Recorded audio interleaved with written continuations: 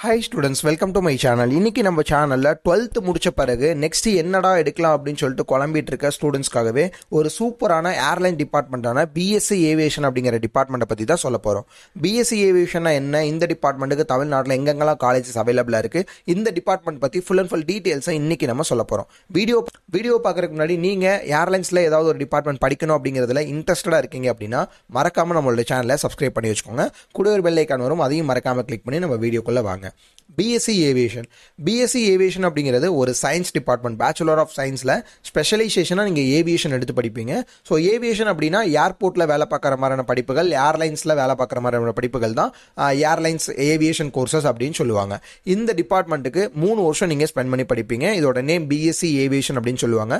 அதாவது bachelor of சயின்ஸில் aviation 3 வருஷம் நீங்கள் ஸ்பெண்ட் பண்ணி படிக்கிற மாதிரி இருக்கும். 6 செமஸ்டருக்கு, அதாவது 6 செமஸ்டர் எக்ஸாம்ஸ் நீங்கள் அட்டன் பண்ணுற மாதிரி இருக்கும். 6 மாதத்துக்கு ஒரு செமஸ்டர் எக்ஸாம் எழுதுவீங்க.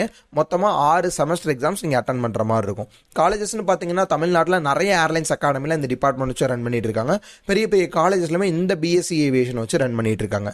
ஓகே, இந்த பிஎஸ்சி ஏவியேஷனோட குவாலிஃபிகேஷன் எடுத்துட்டீங்கன்னா ஃபிசிக்ஸ், கெமிஸ்ட்ரி, மேக்ஸ் இந்த டிபார்ட்மெண்ட்ஸ் இருந்தால் மட்டும்தான் உங்களால் இந்த டிபார்ட்மெண்ட் சூஸ் பண்ண முடியும். மேக்ஸ் இல்லை அப்படின்னா இந்த டிபார்ட்மெண்ட்டை உங்களால் கண்டிப்பாக எடுக்க முடியாது. ஸோ யூனிவர்சிட்டிஸ் பார்த்தீங்கன்னா நிறைய யூனிவர்சிட்டிஸ் கீழே இந்த டிபார்ட்மெண்ட் ரன் பண்ணிட்டு இருக்காங்க. இப்போ பிஎஸ்சி ஏவியேஷன்னா என்ன அப்படின்னு எடுத்துக்கிட்டிங்கன்னா, பிஎஸ்சி ஏவியேஷன் அப்படிங்கிறது ஏர்லைன்ஸில் ஜாபுக்கு போகக்கூடிய ஒரு டிபார்ட்மெண்ட்டை தான் பிஎஸ்சி ஏவியேஷன் கோர்ஸ் அப்படின்னு சொல்லுவாங்க.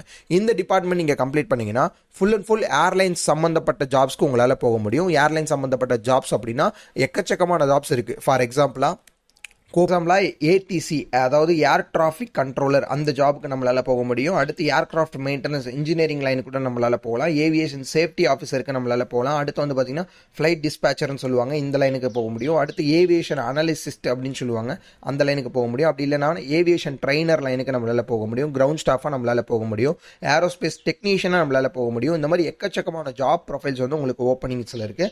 இந்த ஏவியேஷன் நீங்கள் கம்ப்ளீட் பண்ணிங்கன்னா ஏர்லைன்ஸ்லேயும் உங்களால் ஜாபுக்கு போக முடியும், ஏர்போர்ட்ஸ்லேயும் உங்களால் ஜாபுக்கு போக முடியும். ஃபார் எக்ஸாம்பிள் கமர்ஷியல் ஏர்லைன்ஸ்க்கு போக முடியும், கார்கோ ஏர்லைன்ஸ்க்கு போக முடியும், பிரைவேட் ஏவியேஷன் கம்பெனிஸ்லாம் நிறைய இருக்குது, அந்த மாதிரி லைனுக்கு போக முடியும். அப்படி இல்லை அப்படின்னா ஏர்போர்ட்டில் நீங்கள் போகிறீங்க அப்படின்னா ஏர்போர்ட் அத்தாரிட்டிஸில் நம்மளால் போக முடியும். ஏர்போர்ட் மேனேஜ்மெண்ட் கம்பெனிஸ் நிறைய இருக்குது, அந்த கம்பெனிஸ்க்கு போக முடியும். ஏரோஸ்பேஸ் கம்பெனிஸ் நிறைய இருக்குது. ஏவியேஷன் ட்ரைனிங் இன்ஸ்டிடியூட்ஸ் வந்து நிறைய இருக்குது, இந்த லைனுக்குலாம் நம்மளால் போக முடியும். ஸோ இது எல்லாமே வந்து பார்த்தீங்கன்னா ஒர்க் எக்ஸ்பீரியன்ஸில் உங்களுக்கு எடுக்கிற மாதிரி இருக்கும், எஜுகேஷனல் குவாலிஃபிகேஷன்ஸில் உங்களுக்கு எடுக்கிற மாதிரி இருக்கும். ஸோ இந்த டிபார்ட்மெண்ட் நீங்கள் தமிழ்நாட்டில் வந்து ரொம்பவே லோ ஃபீஸ் டெக்ஸஸில் ஏதாவது காலேஜஸில் படிக்கணும்னு ஆசைப்பட்டீங்கன்னா கீழே ஒரு நம்பர் கொடுத்துருப்பாங்க, அந்த நம்பர் கால் பண்ணிங்கன்னா பிஎஸ்சி ஏவியேஷன் காலேஜஸ் தமிழ்நாட்டில் எங்கெங்கெல்லாம் அவைலபிளாக இருக்குது, அதோட ஃபீஸ் ஸ்ட்ரக்சர் என்ன, எப்படி ஸ்காலர்ஷிப்ஸில் ரொம்ப கம்மியாக படிக்கிறது, இதோட அட்மிஷன்ஸ் கைடன்ஸ் என்ன அப்படிங்கிறத ஃபுல் அண்ட் ஃபுல் உங்களுக்கு டீட்டெயில்ஸாக எக்ஸ்பிளைன் பண்ணுவாங்க. உங்கள் ஃப்ரெண்ட்ஸ் அண்ட் ரிலேட்டிவ்ஸில் யாராவது பிஎஸ்சி ஏவியேஷன் இல்லை BB airlines and airport management இல்லைனா MB airlines and airport management இந்த மாதிரி ஏவியேஷன் ரிலேட்டடாக ஏதாவது கோர்ஸ் படிக்கணும்னு ஆசைப்பட்டாங்கன்னா அவங்களுக்கு இந்த வீடியோவை ஷேர் பண்ணுங்கள். இந்த பிஎஸ்சி ஏவியேஷன் கம்ப்ளீட் பண்ண பிறகு நெக்ஸ்ட் ஹையர் ஸ்டடீஸ் ஆப்ஷன்ஸ் ஏதாவது இருக்கா அப்படின்னு கேட்டிங்கன்னா கண்டிப்பாக எம்எஸ்சி ஏவியேஷன் அப்படிங்கிற ஒரு டிபார்ட்மெண்ட் உங்களால் பண்ண முடியும். பட் ஆஸ் ஆஃப் நவ் தமிழ்நாட்டில் எம்எஸ்சி ஏவியேஷன் டிபார்ட்மெண்ட் அவைலபிள் கிடையாது. இதை தாண்டி உங்களால் என்ன படிக்க முடியும் அப்படின்னு கேட்டிங்கன்னா பிஎஸ்சி அடுத்து வந்து MBA airlines and airport management அப்படிங்கிற ஒரு டிபார்ட்மெண்ட் உங்களால் பண்ண முடியும். அந்த டிபார்ட்மெண்ட் தமிழ்நாட்டிலே உங்களுக்கு நிறைய காலேஜஸ்ல அவைலபிளாக இருக்கு.